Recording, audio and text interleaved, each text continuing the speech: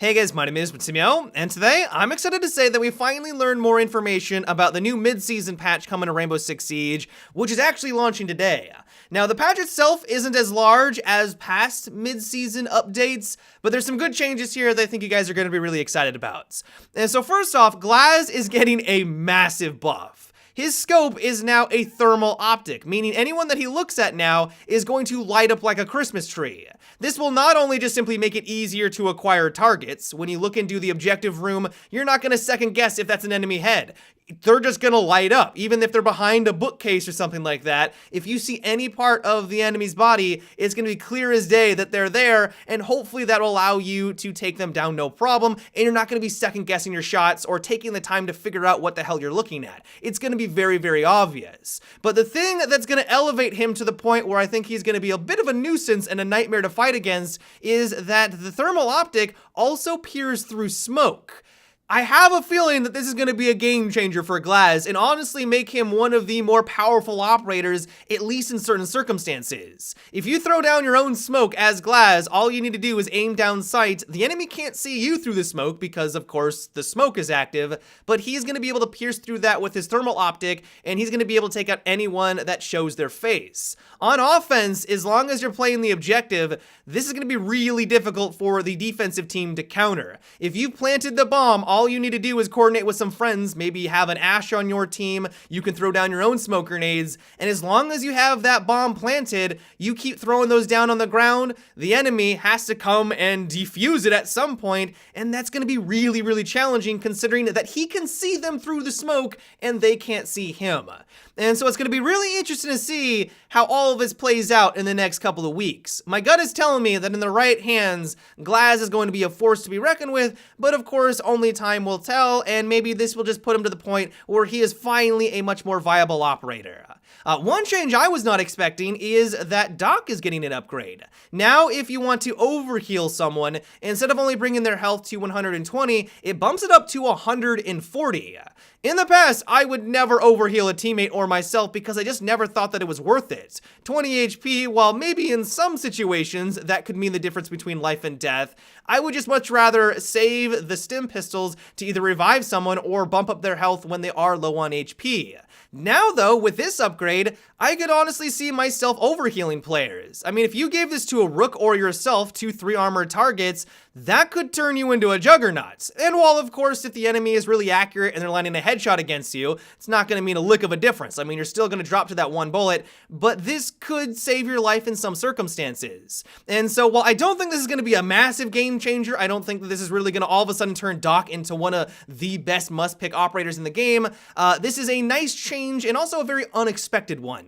One change that I think many people saw coming from a mile away is that Jackal's assault rifle is going to be getting a nerf. This gun before the patch had no weakness. It was god tier. It had a blazing fast rounds per minute, a really fast reload time, it hit like a truck per bullet, like it did an absurd amount of damage, and it had no recoil. This gun was phenomenal, and Ubisoft kind of realized that that was the case, and so they're going to be bumping up its recoil. Now, I'm sure the Jackal mains out there are disappointed by this news, because why in the world would you want your gun to be nerfed? I think this was a necessary change. His gun was far too accurate, and while they don't go into the specific details of how much they're increasing its recoil, I'm sure it's only going to be a slight change where it's not going to make his gun useless, but it will put it more in line with the other weapons for the other classes. Another change that I find to be really interesting is that Cav's pistol is going to be getting a buff. This caught me a bit by surprise because I find that she is a very competent operator. She's honestly one of the best roamer operators in the game right now because she counters Jackal. She's really difficult to deal with, but I guess that Ubisoft found that her pistol wasn't strong enough at medium range, and so its medium range damage is going to see an increase. Now, I do see where they're coming from. Don't get me wrong, I understand why they're doing it. I just find it a bit puzzling. And so now her damage isn't going to drop off like a rock like it normally does. Usually when you want to use her pistol, you got to be right next to the enemy, and as soon as they get like 10 meters away, it's kind of a hit or a miss if you're going to be able to take them down, at least with the pistol, and a lot of times you're going to want to switch on over to your primary weapon. That may not be as necessary anymore. What they've done is that now at 18 meters, her pistol would normally do 20 damage per shot. It's now being bumped up to 35 damage at 18 meters. That is a significant difference. Like, that is a night and day difference. And so essentially, if you are a Cav player, you're probably rejoicing right now. Her pistol just became a lot more effective at medium range. And for everyone else, she is just now going to be that much more annoying to fight against. Now, one thing that I'm sure many people are going to be ecstatic about is that Blitz is finally getting the buff that he deserves. Too bad it's super insignificant and it probably really won't change him all that much. What they're doing now is that when you use his flash effect, or you try to flash an enemy, normally there is a 2-second delay before you can fire his weapon. They're eliminating that delay time. And so while this is a nice step in the right direction, this is going to make him a bit more viable. A lot more needs to be done to make this guy more effective, at least in my opinion. And so while this is nice, this is going to make him at least a little less clunky in some circumstances. I was kind of hoping for more, especially for a mid-season patch. Now, in general, those are really the big changes that are coming in with this update. There are some other weapon changes that have been made. Capitow's assault rifle and Thermite's assault rifle are seeing a buff. Echo's SMG is going to be seeing a slight damage increase at medium range, which are all great, but all in all, this has been a much smaller mid-season update compared to a lot of the others, and I think some people are probably disappointed by this news. The reason why I'm excited about this update, though, is that they're laying the foundation, and in the next couple of weeks, they're going to be bringing in what they're calling technical test servers. They don't go into specific details of exactly how it works, but I'm assuming is that players will have the option to join or opt in to these technical test servers to try out future updates. One of the biggest problems right now in Rainbow Six Siege is that while it's growing, people are loving the game, it's a phenomenal first-person shooter, but every single patch, while they improve things, they also add in loads of new bugs. I mean, we've been dealing this since the very beginning.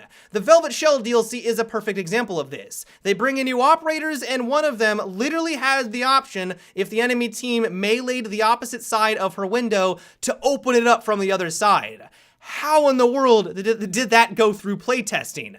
If this sounds like Battlefield 4 CTE, it should, and I'm hoping that that's the case. If you guys ever played Battlefield 4, when it first released, it was abysmal. It had loads of bugs, it had a lot of problems, and thankfully, they introduced the CTE, which really turned things around. It gave the community a way to give feedback on patches. We could kind of communicate with them to say, hey, this really isn't working out, this thing is too powerful, this is too weak, here's some bugs that I found, and it was just a great way to improve the game.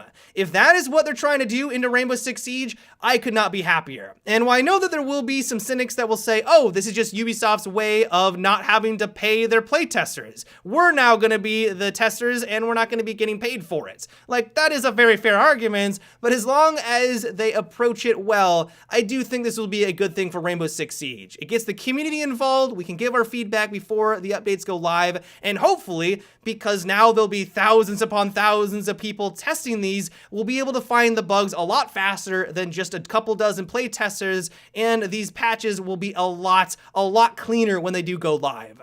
But yeah, guys, that is about it for today's little video. I hope you enjoyed. Give me your thoughts on this patch. Are you loving the fact that Glaz is now going to be having a thermal optic that can peer through smoke grenades? Are you liking the adjustments to the guns? Give me your thoughts down below. But yeah, until tomorrow, have a good one and take it easy.